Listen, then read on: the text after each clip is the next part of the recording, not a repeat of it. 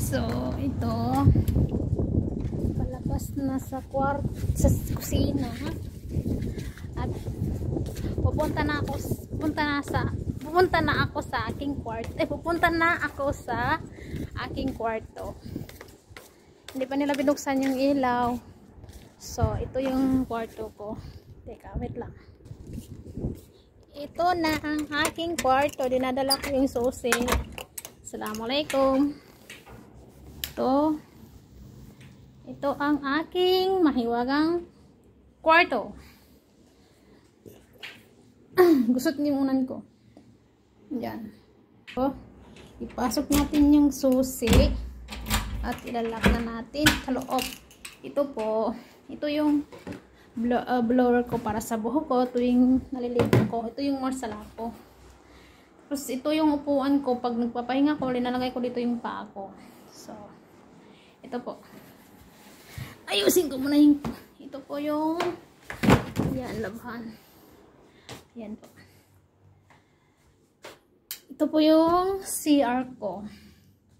Yan ang bathrobe ko, towel ko. Then, ayan po. Yung palangganan na yun po is pag naliligo ako, naglalagay ako ng half kasi sobrang init. Pag malamig na, nilagyan ko naman ng mahiinit tubig. So, yan.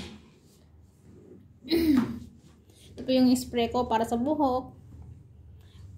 Mantika po, linalagay ko para sa buhok ko. At, ito po yung shampoo ko na ginagawa ng amo ko. Yan. Yan po.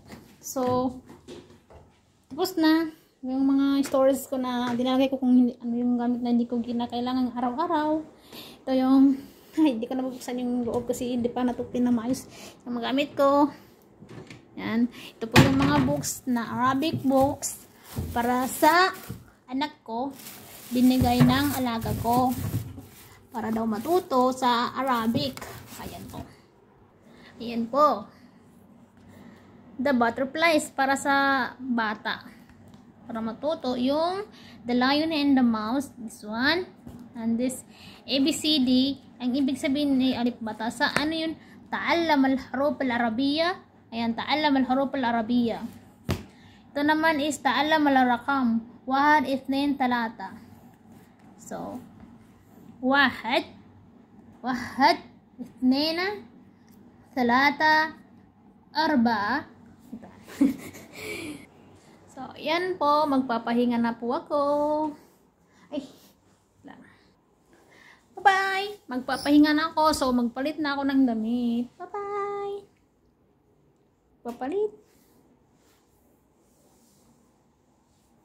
Yan po yung kwarto ko.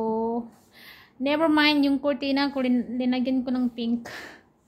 Kasi nanap ko pa yung kulay purple na kurtina. Yan. So, bye-bye guys! See you in my another video! Bye-bye!